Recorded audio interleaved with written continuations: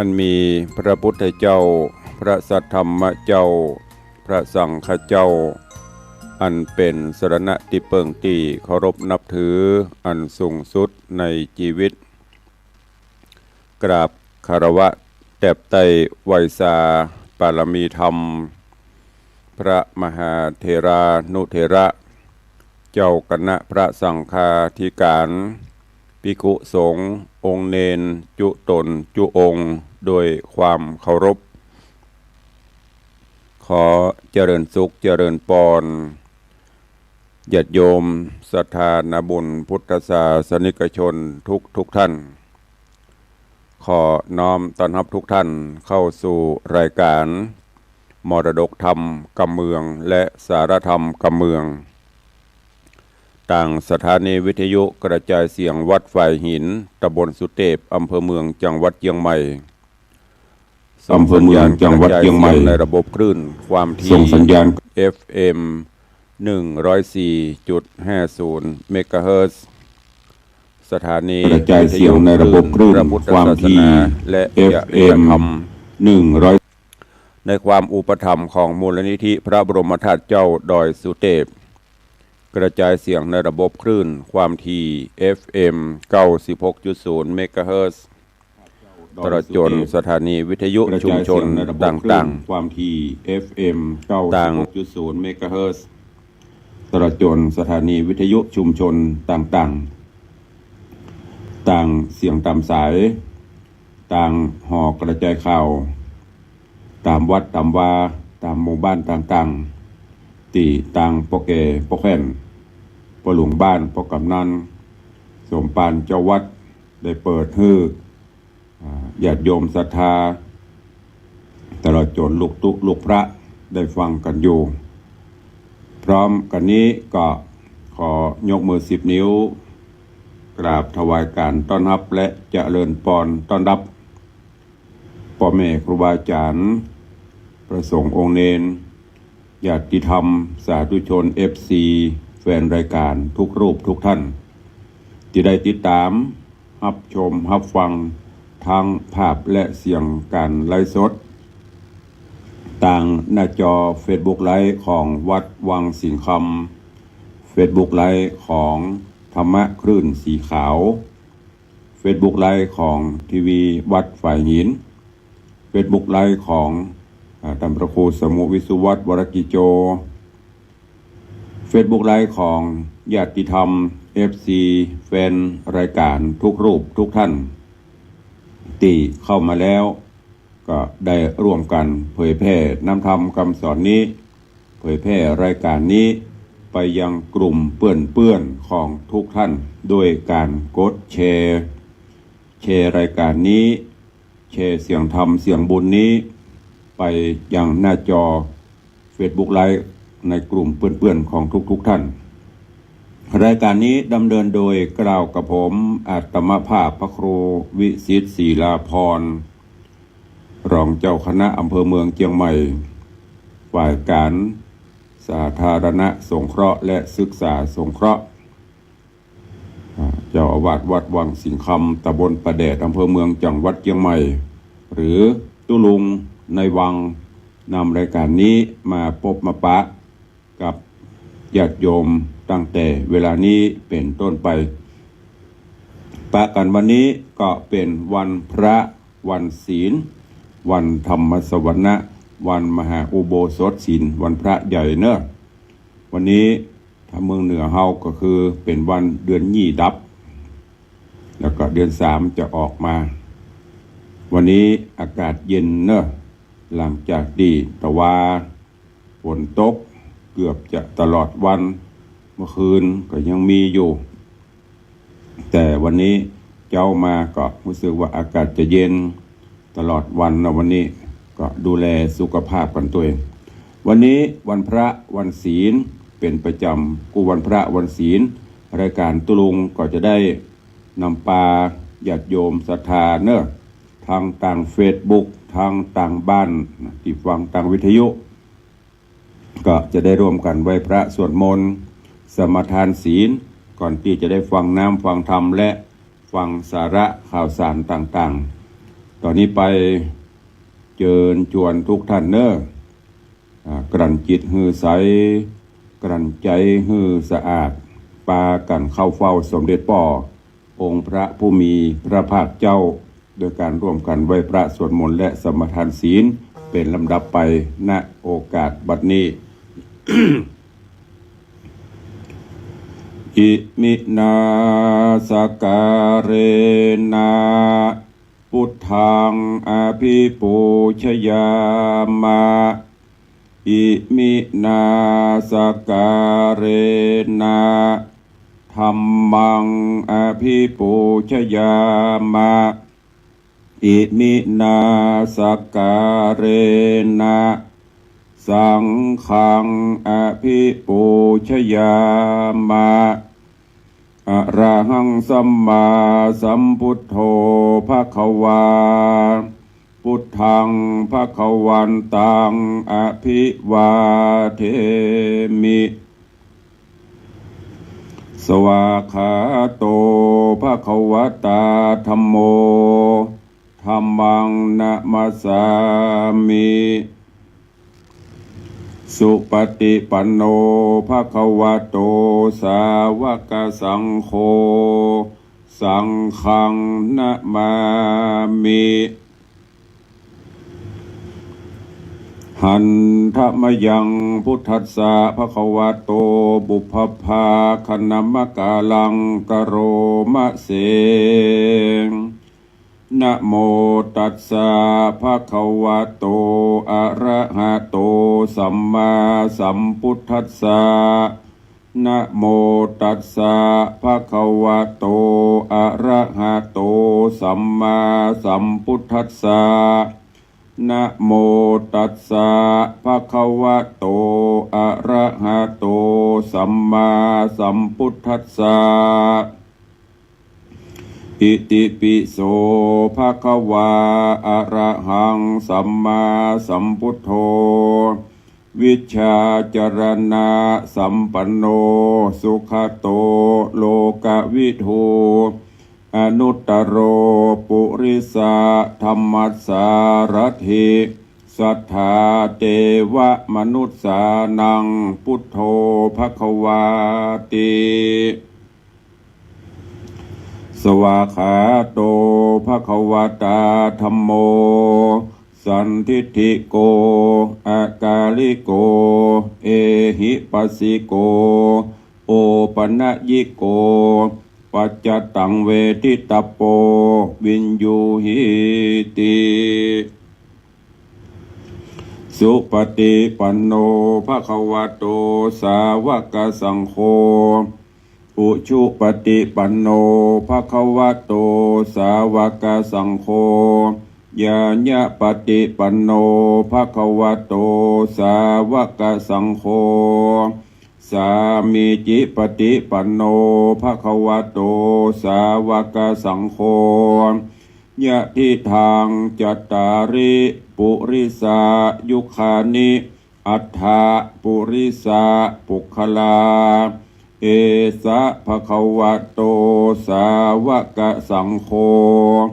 อาหุนยโยปาหุนยโยทักขินยโยอัญชลีกาลนิโยอนุตตรังปุญญเขตังโลกัสสาติ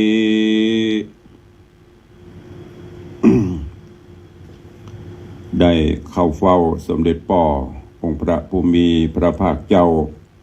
สรรเสริญพุทธคุณธรรมคุณสังฆคุณแล้วตอนนี้ไปเจิญทุกท่านเนอะตั้งจิตตั้งใจสมาทานรับเอาข้อวัดปฏิบัติหลักแห่งการอยู่ร่วมกันของมวลมนุษยชาติเพื่อความร่มเย็นเป็นสุขเพื่อความสันติสุขนั่นก็คือรับเอาข้อวัดปฏิบัติหรือศีล5ณโอกาสบัดนี้ นะโมตัสสะภะคะวะโตอะระหะโตสัมมาสัมพุทธัสสะนะโมตัสสะภะคะวะโตอะระหะโตสัมมาสัมพุทธัสสะ นะโมตัสสะภะคะวะโตอะระหะโตสัมมาสัมพุทธัสสะพุทธังสรณังคัจฉามิธัมมังสรณังคัจฉามิสังฆังสรณังคัจฉามิตุติยัมปิพุทธังสรณังคัจฉามิตุติยัมปิธัมมังสรณังคัจฉามิตุติยัมปิสังฆังสรณังคัจฉามิตติยัมปิพุทธังสรณังคัจฉามิตติยัมปิธัมมังสรณังคัจฉามิตติยัมปิสังฆังสรณังคัจฉามิ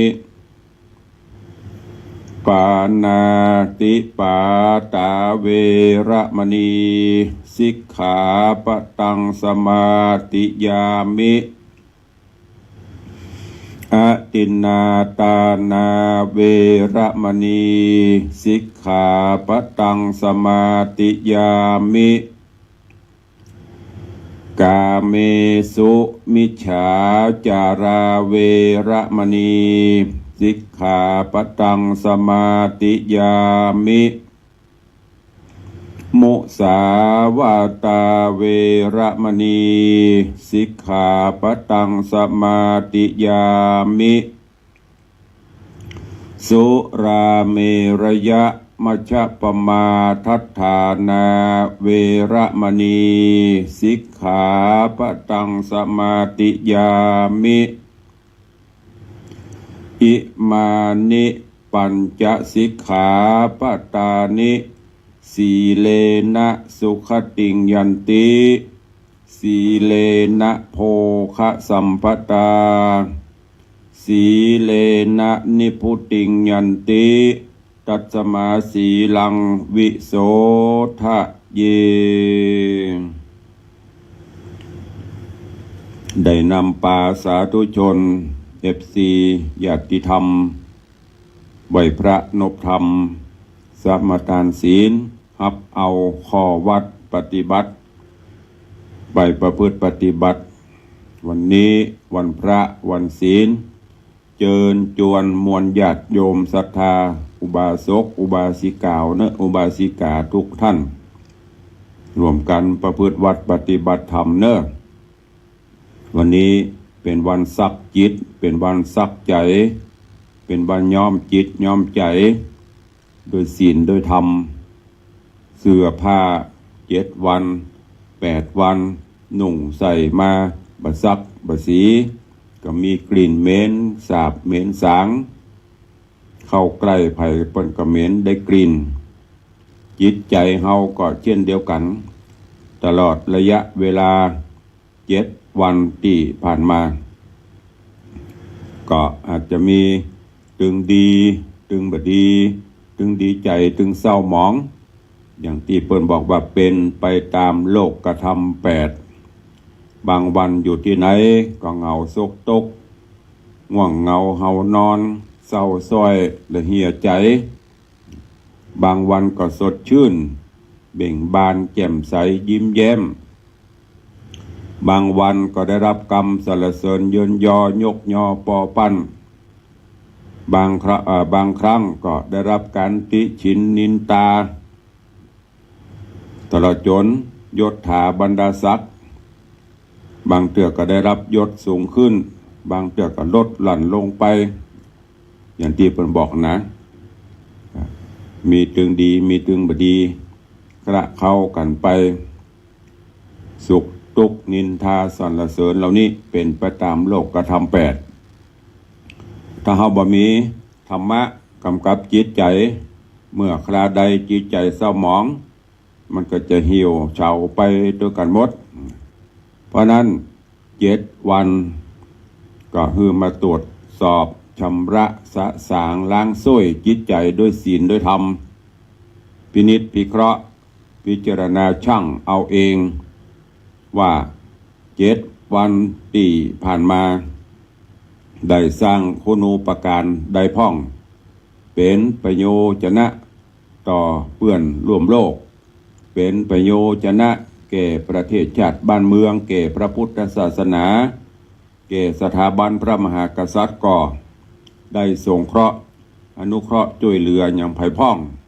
หรือได้สร้างอันอย่างที่มันบดีบงามด่างพร้อยจิตใจพ่อง ตรวจสอบแล้วถ้ามันดีก็พยายามเสริมเติมเพิ่มดีขึ้นเรื่อยๆ หากว่ามีข้อใดที่มันขาดตกบกพร่องไปเราก็จะได้ซ่อมเราก็จะได้ปรับปรุงแก้ไขเพื่อมันดีขึ้นเพราะนั้นพุทธเจ้าพระองค์ซึ่งตึงทรงเชิญชวนญาติโยมหรือตราไว้เป็นวันพระวันศีล8 ค่ำพ่อง14 15 ค่ำพ่องเพื่อให้ศรัทธาญบุญเขาได้พักกายพักใจ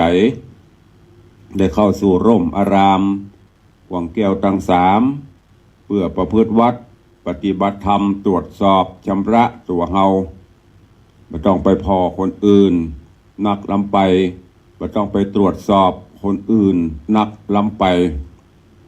อย่างเปิ้นบอกชี้เปิ้นนิ้วเดียว4 นิ้วมันจะเข้าตัวเก่าตรวจสอบชำระตัวเฮาให้ดีที่สุดซักฟอกตัวเฮาให้ขาวสะอาดก่อนก่อยไปซักไปฟอกก่อยไปตรวจไปสอบคนอื่นนี่เป็นหลักปฏิบัติในทางพระพุทธศาสนาเนอะ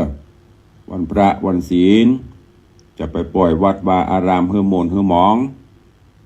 กรรมตำนายตายตักของครูบาอาจารย์สมัยก่อน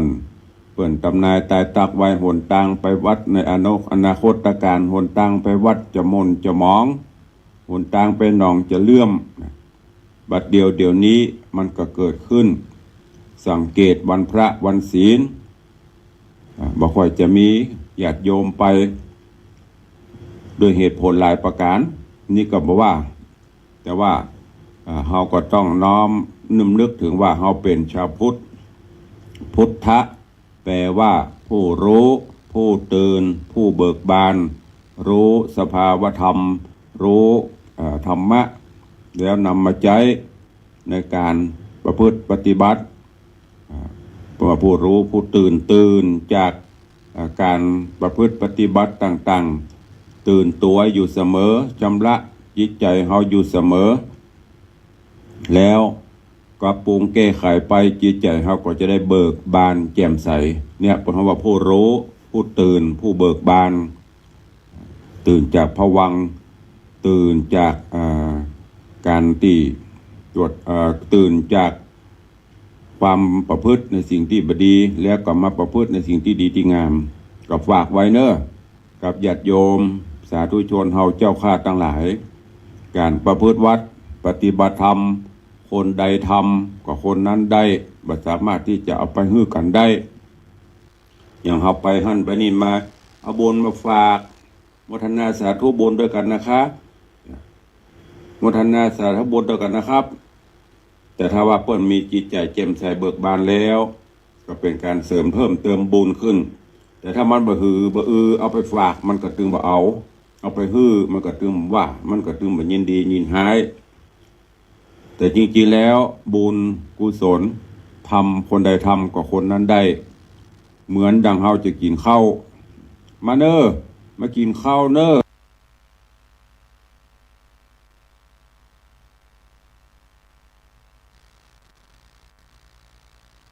วันนี้ลาบนะถ้ามันฉันใดกับฉันนั้นน่ะเอาไปเนี่ย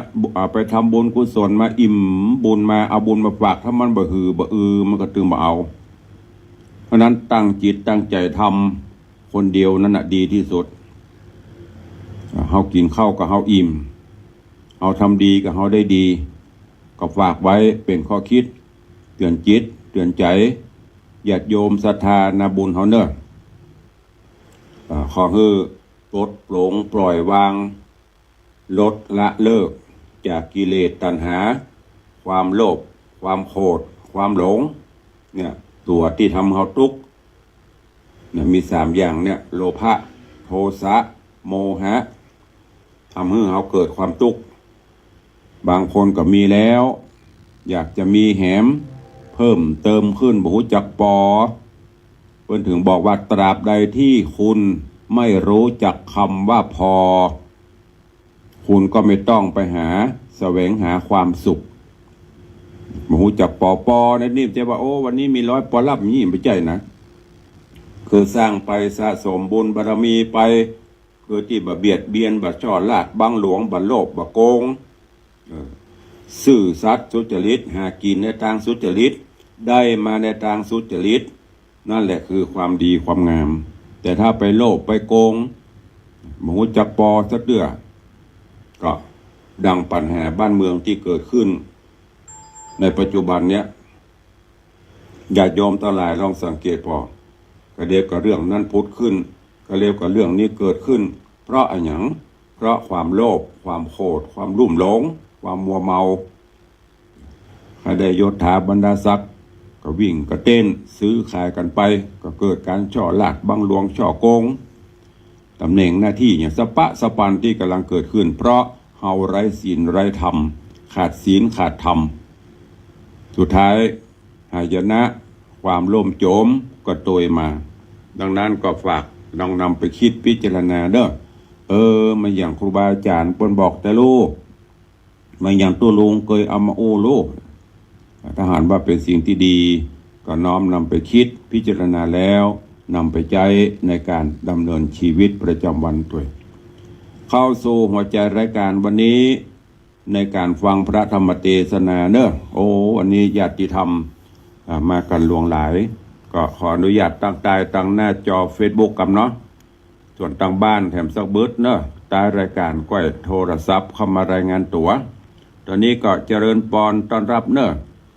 โยมแม่ปั่นมีงานโยมปี่จงรักมีงานเข้ามาแล้วโยมแก้วรอดสการกำลังเข้ามาโยมทองคำที่บงคำน้อมกราบไหว้สาเจ้าสาธุเจริญปอนเนอะเจริญปอนโยมปี่อัญชลีคำกิติสาธุเจ้าเจริญปอนเจริญปอนโยมอรพินใจที่กรเนอะกราบสาธุเจ้าเจริญปอนเจริญปอนโยมแม่นวลศิริหินเขียวกราบใบสาเจ้าตุลุงเจ้าสาธุเจริญปอนคุณโยมชนจันทร์ซอนคำเนอะกราบใบสาเจ้าสาธุเจริญปอนโยมสมทรงสิทธิตา กราบใบสาเจ้าสาธุเจริญปอนโยมแม่ครูเหรียญทองจันทีกราบใบสาเจ้าสาธุเนอะเจริญปอนโยมพินันล่าพินันจรันปิยจันทร์โดยซิวสันกระเปงเจริญพรท่านพิทจารย์มกนายกปุจารเสียงทองเนอะพินันอินสมเตปินพินันอินสมเจ็ดสีแล้วก็เจริญพรพี่อ้ายปฏิวัติยาสมุทรเจริญพรพี่หมอมัทนาอัมพันธ์เนอะเจริญพรทุกท่านน้อมเจริญจวนน้อมต้อนรับเข้าสู่หัวใจรายการมรดกธรรมกับเมืองและสารธรรมกับเมืองจากตุลุงในวังเข้ามาแล้วก็เดี๋ยวถ้าบริตักหันเบิ้ลนะหรือหลังไม้ก็จะไปตักไปตายพี่น้องญาติโยมเนอะขอบพระคุณทุกท่านที่เป็นกำลังใจกันด้วยดีเสมอมาพระธรรมเทศนาเรื่องจันตะฟองสมุทรตุลุงได้เทศผ่านไปแล้วผูกป่ายผูก2ยังไม่จบดีเตื้อวันนี้ก็จะซ้ำผูก2เพื่อมันจบไปเรื่องราวในตอนก่อนมาถึงตีสามาวดีลูกสาวป่อพญาเจ้าเมืองปุระนครคือพญาเจ้าเมืองสมิทธิราชแม่นางสลีปิมพาตึงเป็นลูกสาวหัวก้อยหัวแก้วหัวแหวนตีป่อพญาก็ฮักก็หวงอินดูขุนนาแต่ด้วยบุญญาปรมีตีแม่นางสามาวดีกึดการไก่การยาวกลัวภัยมามีภัยมาปกครองบ้านปกครองเมืองสืบทอดบัลลังก์นางก็ประพฤติวัดปฏิบัติธรรมและที่รุงเก่าตะเกีย น้อมนำเอาหลักศีลหลักธรรมมาปฏิบัติอธิษฐานจิตขอลูกขอผู้มีบุญมาปฏิสนธิในท้องในครรภ์แล้วก็สมจริงของนาง ในตอนนี้โพธิสัตว์เจ้าผู้มีบุญได้ลงมาจุติสู่ท้องพระครรภ์หรือวัตถุสู่ท้องของนางสามาวดี ผลนี้ปรากฏว่าท้องนางก็ใหญ่ขึ้นใหญ่ขึ้นทั้งที่บ่มีสามีมีผัวหมู่นาสนมทั้งหลายหันผิดปกติเป็นเปิดเป็นเรื่องไปก็เอาเรื่องนี้ไปอู้ไปจ่าไปนำเรียนไปกราบทูลคือป่อพญาสมิทธิราชป่อพญาได้ยินจากอันก็อยากให้หูให้หันไปจักแก่สายตาคือเรานางสนมกำนันนั่นไปทูลเจิญเอาสามาวดีเข้ามาเฝ้าในท้องพระโรงป่อพญาก็สืบสวนสอบถามที่มาที่ไปเป็นจะได้เอาไผ่มาลักมาซ่อนในห้องบรรทมหรือไปลักเล่นจูสู่ปวดที่ไหนสามาวดีก็บอกว่าบ่มีป่อเหยลูกประพฤติวัดปฏิบัติธรรมไปตะเนี้ยบ่ได้เอาไผ่มาแต่ก็นางก็ได้บอกความประสงค์ให้ป่อฟังมาเป็นจะอีเนอป่อพญาก็บอกฟังว่ามันเปลี่ยนไปได้ที่บ่มีผัวแล้วจะมีท้องมีไส้จะนำความเสื่อมเสียความอับอายมาสู่ก็เลยอันสอบสวนสอบไปสอบมาอย่างเงี้ยจะได้ก็เลยห้องโหนโหราจารย์หรือว่าโหนมาถามเนี่ยโหนในที่นี้ก็ซ้ำมาเป็นเทวทัตมาเกิดเป็นกู้กรรมกู้เวรกับโพธิสัตว์เฮาก็เลยได้ใส่บอกเรื่องราวต่างๆว่าถ้าใครฮือมันปล้นบ้านปล้นเมืองเมื่อเกิดเหตุการณ์ใดๆก็มีตังเดียวเนอะเอาแป้งแปรและเอานางเนี่ยใส่แปรไหลน้ำไปเหี่ยถ้าจะไปฆ่าไปฟันก็จะเป็นที่คอลหานินตาเปิ้นมันมีตังอื่นที่จะเนี้ยกะป่อพญาถามโหนก็บอกมีตังเดียวเนี่ยดีที่สุดละความฮักของป่อกับลูกจะได้ก็ตึงประขาดเนาะป่อพญาสมิทธิราชถึงแม้จะโดนเหตุการณ์ชนี้ก็ด้วยความเป็นห่วงความฮักลูกอินดูลูกก็เลยสั่งให้เสนาอมาตย์แป่งแปรแล้ว ก็ได้นำเอาสิ่งของเครื่องใจสัมภาระเข้าของต่างๆใส่ในแปรแล้วก็จะให้สามาวดีอยู่ในแปรลงแปรแล้วก็จะปล่อยไหลแล้วไหลแปรไหลล่องแปรไปอันนี้ในธรรมตอนตะวาเพิ่นก็บอกว่าโดยบุพกรรมของโพธิสัตว์ หันโพธิสัตว์เมื่อก่อนนั้นได้เกิดมาเป็นมนุษย์แล้วก็ไปหันใส่ตุ๊กแกหรือตกโตด้วยความคึกขนองไปเงียบเอาตกโตเอามาใส่แป้งแปรน้อยๆด้วยความคึกขนองนะเอาใส่แปรไหลไปแต่ว่าแปรไปปะต้นไม้ตกโตรอดตายไปก็บุพกรรมนั้นตัวมาถึงจัดนี้โดนเปิ้นเอาใส่แปรเรื่องราวจะเป็นจะได้ในเรื่องของจันตะฟองสมุทรเจริญปอนสาธุชนญาติโยมผู้สดับรับฟังเนอะในผูกที่2ตอนที่2เป็นลำดับไปณโอกาสบัดนี้ นะโมตัสสะภะคะวะโตอะระหะโตสัมมาสัมพุทธัสสะ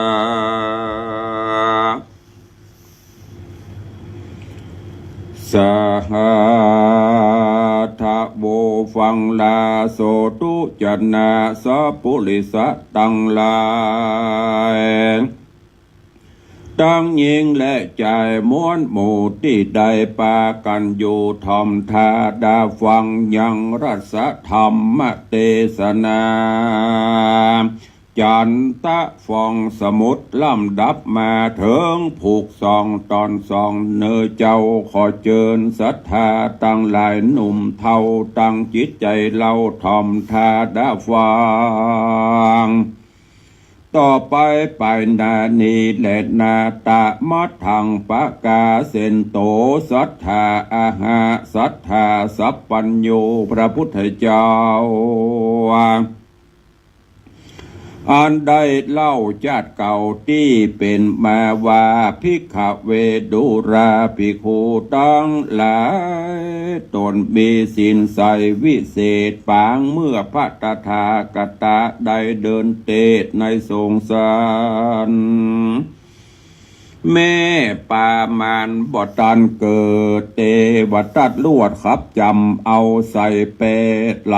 ล่องน้ำเพราะว่ากรรมเก่าติดตามซ้ำตัวมาในปางข้าวคราเมินนาแก่พระตถาคตได้เวียนแวในวัฏสงสารเปิ้นเหินเมืองนานแต่ใส่พระตถาคตได้เกิดมากำลังเป็นเด็กขาอ่อนน้อยยังบ่หูที่ถอยกำคนได้ไปยับเอาตุ๊กแกตัวบานใหญ่เอามาใส่แปรไหลแม่น้ำโกงกาได้2 วันมาครบควายแปรก็ไหลไปจอดฝั่งน้ำกงกาตุ๊กแกแม่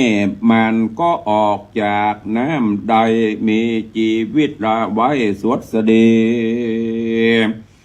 ดูราภิกขุทั้งหลายมวลโมทากรรมมีอยู่ติดตนแม้นเกิดเป็นคนมาแสนชาติมันก็หักบ่หนีหายติดตามตัวไปตุกชาติจักอยู่ปราสาทห่อใจเถิงจักขุดอุโมงค์อยู่ในดิน ติดแน่นมันก็บ่เว้นคนใดบรรดาสัตว์ทั้งหลายโลกลาอันผิดแผดนาเตียวจรในสังสารสากรกว้างใหญ่ยอมจักใดสะเวยผลสุขและทุกข์อันปะปนกันอยู่ก็หากมีในหมู่สัตตาและคนแยมได้บุญฮือผลก็โจมเจืนความทุกข์อย่างอื่นก็หายไปมีแต่สุขสำราญใจเบิกแอเหมือนอยู่จันฟ้าวิมานคำยามเมื่อใดอกุศลกรรมวิบากเถิงกาละหากฮือผลก็ได้รับความทุกข์จนหมัดใหม่เหมือนดังนางนาไทยจันตะสามาถูกเสนาผู้ใจบาปได้ขาดนาพับจำเอา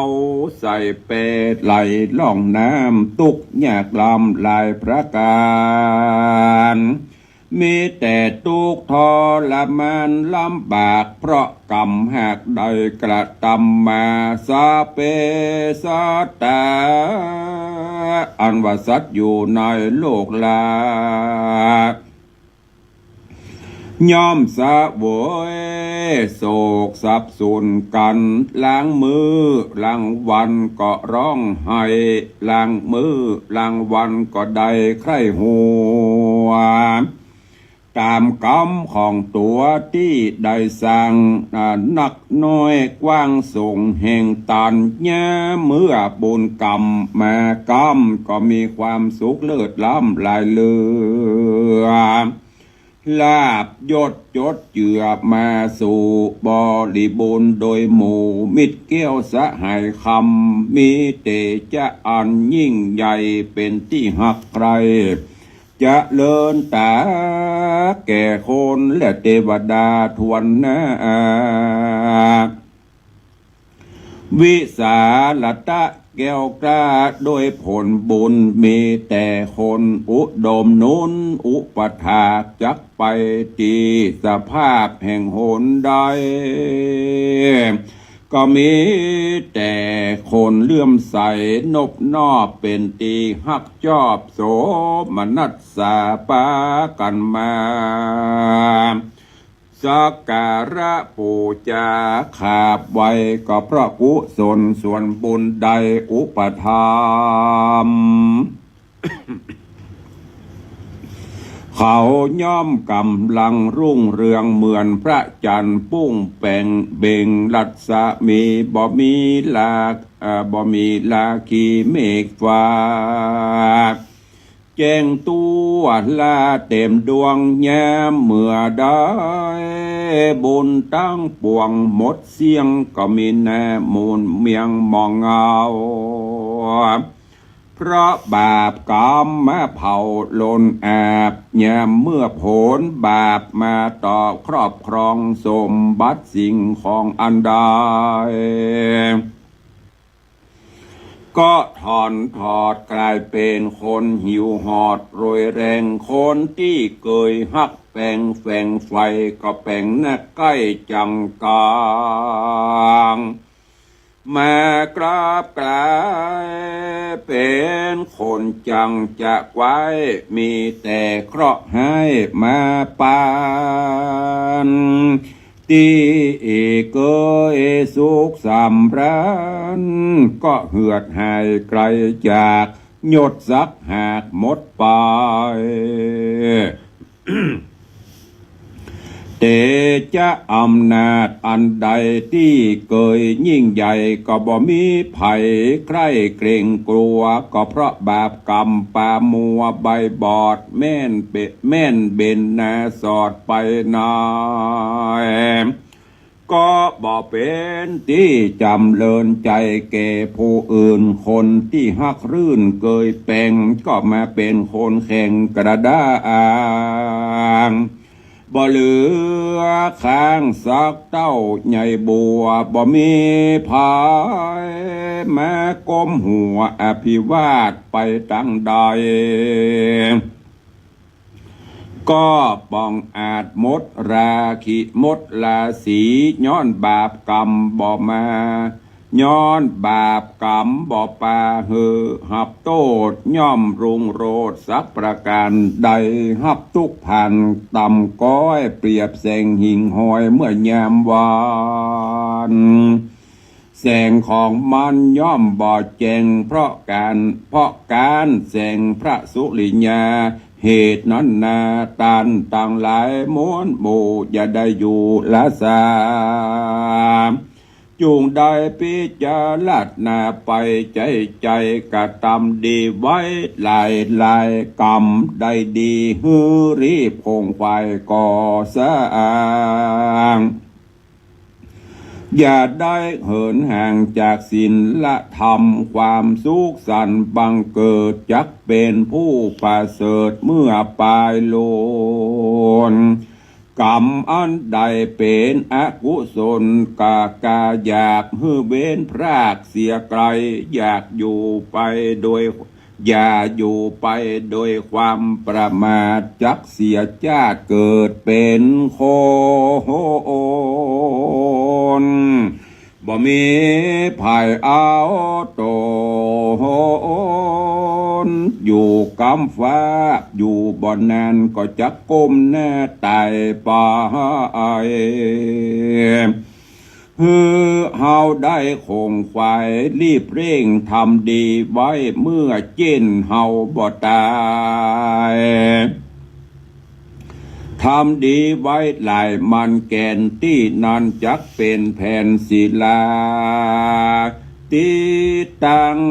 อบายติดตึดตั้งอบายกว้างใหญ่ถ้าทำบาปไว้ลวงลายบาปนั้นก่อนจากไปติดหดตึดหนบาปนั้นก็จะไปตึดหนต่างสะวันจันฟ้าฮือเฮาได้ไว้นาสู่อเวจี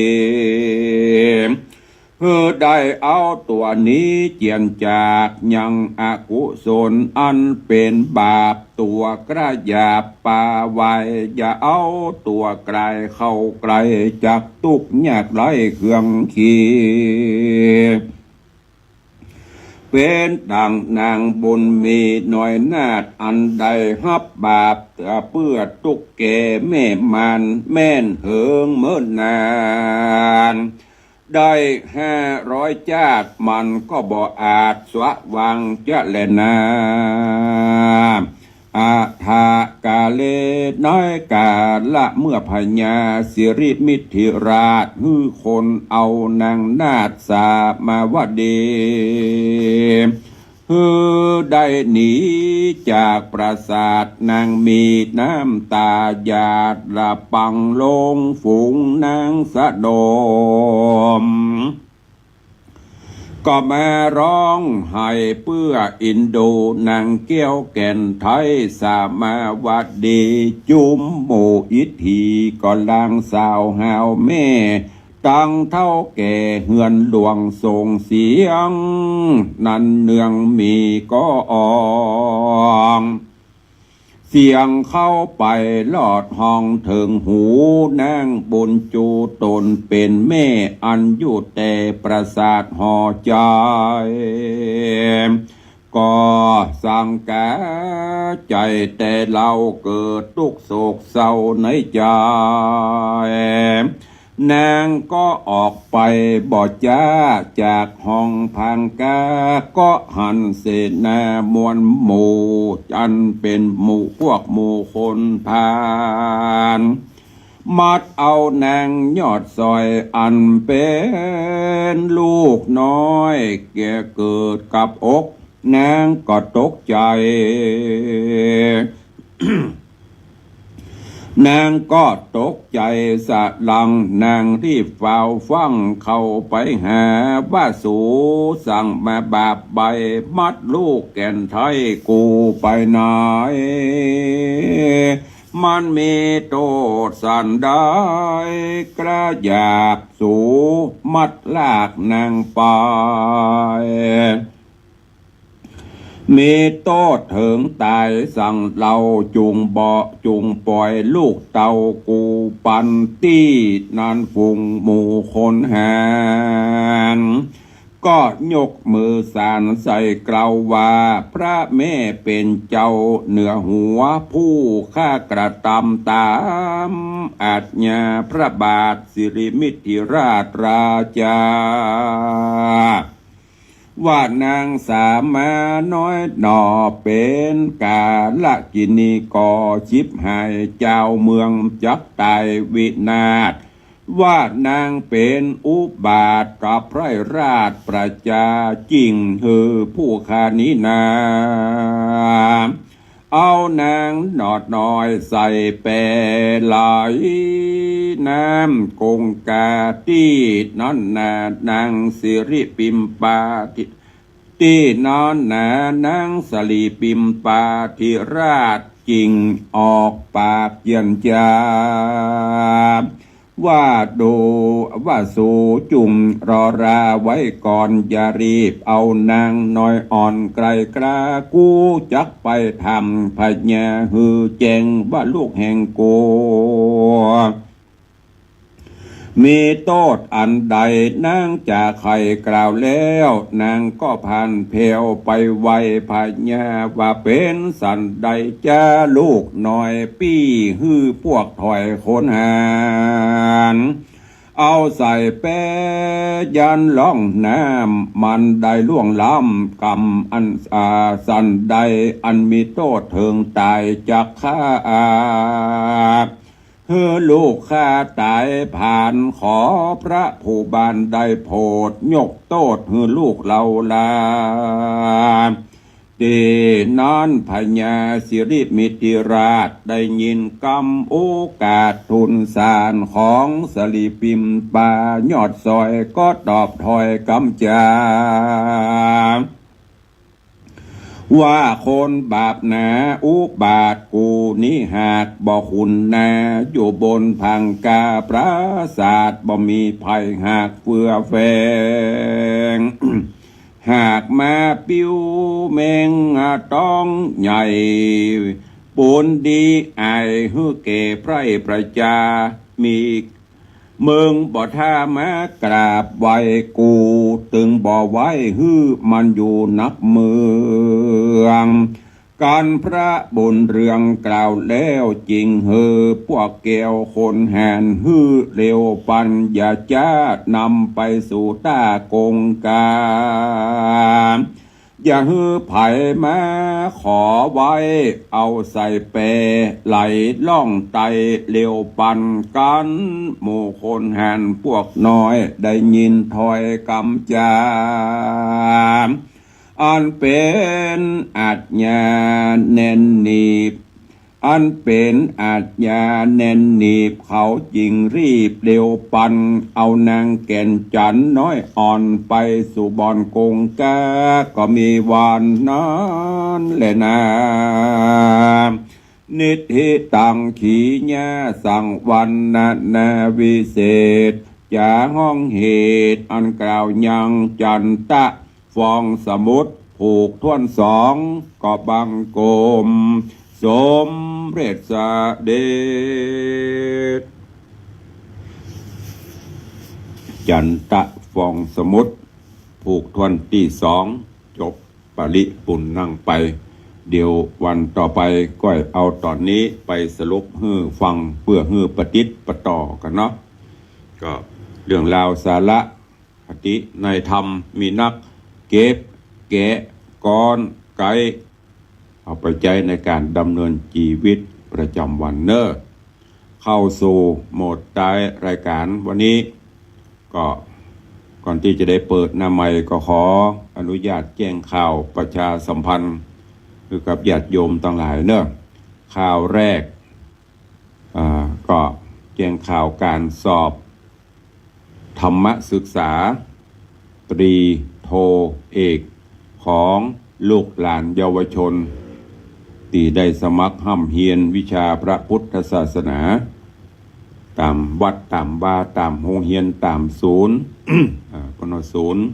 ศึกษาพระพุทธศาสนาวันอาทิตย์เหล่านี้เป็นต้นทางคณะสงฆ์ก็จะได้เปิดการทำการสอบวัดผลประเมินผลการห้ำเฮียนเนอะทั่วราชอาณาจักรอย่างในช่วงนี้ก็จะเป็นการสอบช่วงก่อนก็เป็นสอบนักธรรมของลูกพระลูกเนนธรรมตรีเศรษฐกรรมโทเอกวันที่27ก็จะเป็นการสอบธรรมศึกษาของผู้ใคร่ในธรรมลูกหลานเยาวชนเฮาเนอะก็หลายตีหลายตังทุกอำเภอทั่วประเทศทุกสนามสอบอำเภอเมืองเฮานี่ก็มีหลายตีถึงโรงเรียนถึงอย่างตัวเองก็เชิญชวนญาติธรรมอาจจะทราบข่าวมาแล้วเนอะใครจะนำน้ำนำข้าวต้มข้าวนมไปเลี้ยงลูกหลานเยาวชนเฮาตามที่สนามสอบต่างๆก็เจริญปอนเดี๋ยวเชิญได้ในวันที่27เนอะนอกจากนั้นก็ทางคณะสงฆ์ภาค7เชียงใหม่ละปูนแม่ฮ่องสอนได้เปิดดำเนินการปนห้องว่าเนี่ยเปิดอบรมบาลีก่อนสอบณที่วัดดอยสัปปัญญูในเมตตาปรมีพระเดชพระคุณหลวงพ่อพระธรรมเสนาบดีเจ้าคณะภาค7ได้มีเถระบัญชาซึ่งก็มีมาก่อนนะก่อนที่เพิ่นจะสอบบาลีต่อไปนะเพิ่นก็จะมีการเอาลูกพระลูกเนนที่สอบที่ห่ำที่เฮียนภาษาบาลีก่อนจะสอบเพิ่นก็จะมาอบรมเข้มฝึกเข้มเฮียนเข้มปุ่นไปรวมกันปุ่น300-400กว่าชีวิตที่วัดดอยสัปปัญญูเนอะการนี้ก็เชิญชวนญาติโยมอีพ่ออีแม่ในโอกาสวันเกิดกับวันสำคัญต่างๆให้ทำบุญสุนทานในการถวายน้ำปานะถวายภัตตาหารเจ้าภัตตาหารเพลหรือว่าจังหันเจ้าภัตตาหารเพลก็เจริญปอนเรียนเจิญเนอะ แจ้งความจำนงได้ตีตุเจ้าหลวงทุกวัดใน3 จังหวัดนี้ยังใหม่ละปูนแม่ฮ่องสอนตุลุงอีแม่ใครมีใจได้ยินตุลุงวังสินคำเปิดประกาศนะใครไปเลี้ยงเพนก็ไปได้ หรือจะนำข้าวสารอาหารแห้งเป็นน้ำมันพืชเป็นอะไรอย่างนี้สามารถส่งไปบริจาคได้เนอะที่วัดดอยสะปัญญูเพราะถ้าวันไหนบ่มีเจ้าภาพมันก็จะมีญาติโยมช่วยกันทำถวายเพลพระเนนในตะวันนี้ก็พระเดชพระคุณหลวงพ่อท่านเจ้าคุณพระภาวนาธรรมาภิรัตน์หลวงพ่อเจ้าคณะอำเภอเมืองเชียงใหม่เจ้าวาดวัดรำเปิงตะโปธารามก็ค้นข้าวสารเป็นซาวกระสอบพุ่นกะไปถวายก็เอิ้นบอกกล่าวญาติโยมทั้งหลายเนอะแล้วก็ในวันที่6-7กับที่วัดดอยสะปัญญูเช่นเดียวกันก็จะมีการประชุมเสวนาสัมมนากับหน่วยอบรมประชาชนประจำตำบลในภาค3 จังหวัดเท่านี้มีการตรวจข้อสอบธรรมศึกษาก็จะมีการประชุมเจ้าคณะพระสังฆาธิการโดยแล้วก็จะมีการแสดงผลงานของหน่วยอบรมประชาชนประจำตำบลดีเด่นระดับอำเภอระดับจังหวัดระดับภาคมันจะเอาผลงานไปแสดงกันที่หั่นแล้วก็มีการจำหน่ายสินค้าของหน่วยอบรมแต่ละตำบลเนอะใครไปร่วมก็ไปหรือจะนำเข้าปลาอาหารไปถวายก็ไปได้เนอะที่วัดดอยสะปัญญูเช่นเดียวกันในวันที่24-25ที่จะถึงนี้ที่วัดใจสถานพุทธเจดีย์9 ยอดตำบลประบงอำเภอสระปีน้อมเอิญเชิญชวนญาติโยมศรัทธาเนอะร่วมงานทำบุญวันกตัญญูครบรอบชาตการ98 ปีของหลวงปู่พระมงคลสิริหลวงปู่ครูบาอินคำก็จะมีพิธีเปลี่ยนผ้ามีพิธีทำบุญใหญ่กับหลวงปู่โดยเฉพาะวันที่25ก็จะมีพระสงฆ์องค์ข้าเจ้า100 กว่ารูปมีญาติธรรมมีลูกศิษย์ลูกหาจากสิงคโปร์ไต้หวันหลายที่จะมาร่วมกันที่หั่นเชิญชวนทุกท่านเนอะไปร่วมบุญกุศล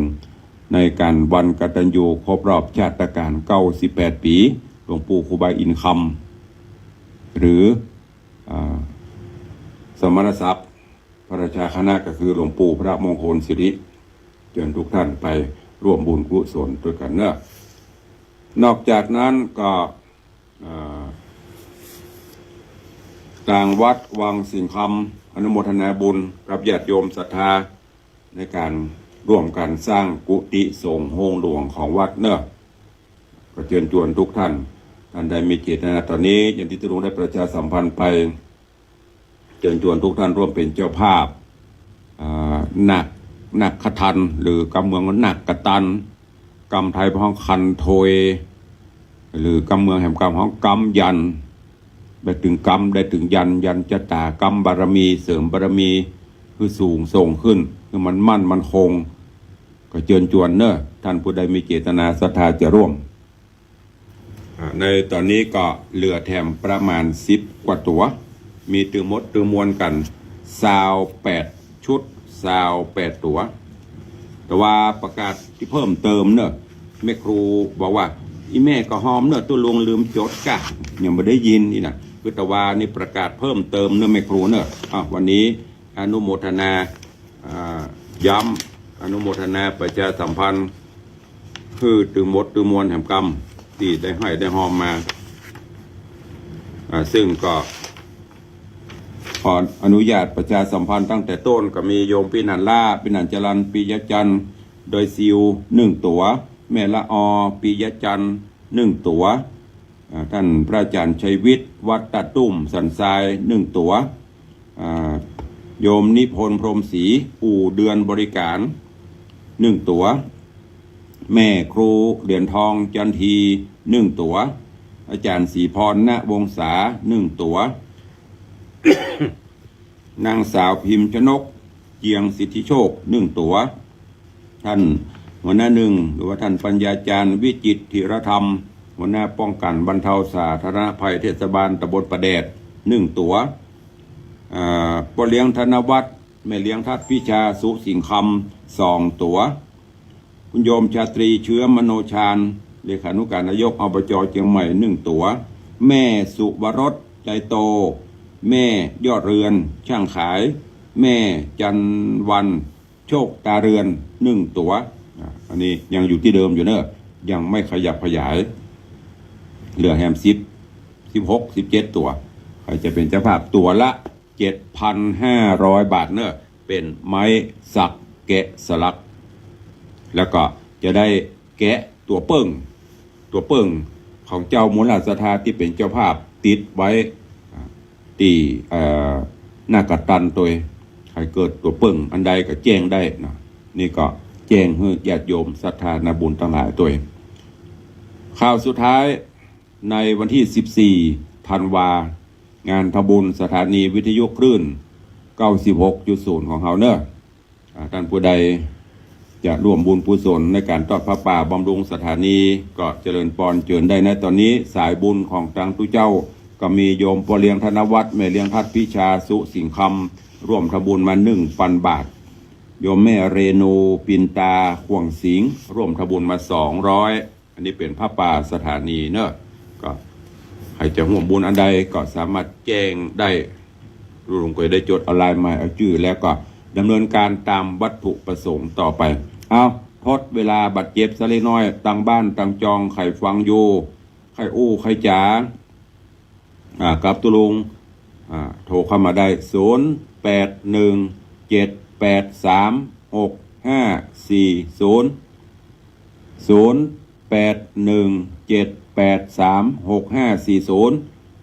ตอนนี้ตั้ง104ทดเวลาบัดเจ็บตั้ง96ถ้าจะตัดละหมดเวลามีไหม104เฮาจะไปฮื้อน้อยแน่เปิ้น96เปิ้นโลกนะ104เฮานี่หายไปปัตตะตะเบากันละบ่ฮู้มีไหมสัก2 สายเป็นกำลังใจกันถ้ามีก็โทรเข้ามา0817836540 นาทีทองมีก็หนาว งอกองงยังบะขามเลยมูเนาะถ้ามีก็โทรมาถ้าบ่มีก็จะได้ล่ำเวลากันแล้วเนอะเวลาจะล่วงเลยไปเดี๋ยวไปรบกวนเวลารายการอื่นอันนี้มาตามกำจมเนาะว่ามาการนมัสการจ้ามาตามกำจมไม่ได้ฟังจ้ากำลังหับเปิดเนี่ยเจอตุลุงกำลังหมดเวลาพอดีเลยเจ้าสาธุอนุโมทนาบุญเนอะจ้าโมทนาบุญด้วยเจ้าแม่กัลยากรมาตามกำจมมาปบเวลาหมดพอดีเอาสาธุขอนำรายการจากทุกรูปทุกท่านไปก่อนเนอะจ๋าอันไว้แต่พ่องเล่นพ่องไปบรรทุกตามตำนองกองธรรมขอสู่มาอภัยกับทุกท่านทั้งต่าง Facebook ทั้งต่างบ้านต่างจองเอาแล้วเนาะบ่ต้องตะเล่ตะล่อแล้วเนาะหมดเวลาแล้วแม่มาด้วยกำจมถ้าตุลงจมก็ไม่ให้กำถ้าตุลงไปจมก็ดักปิ้ง ไม่เป็นไรเวลาหมดละกำลังล่ำลาคือปอนละอยู่ดีมีสุขมากันจุผู้จุคนจุตนจุองเนอ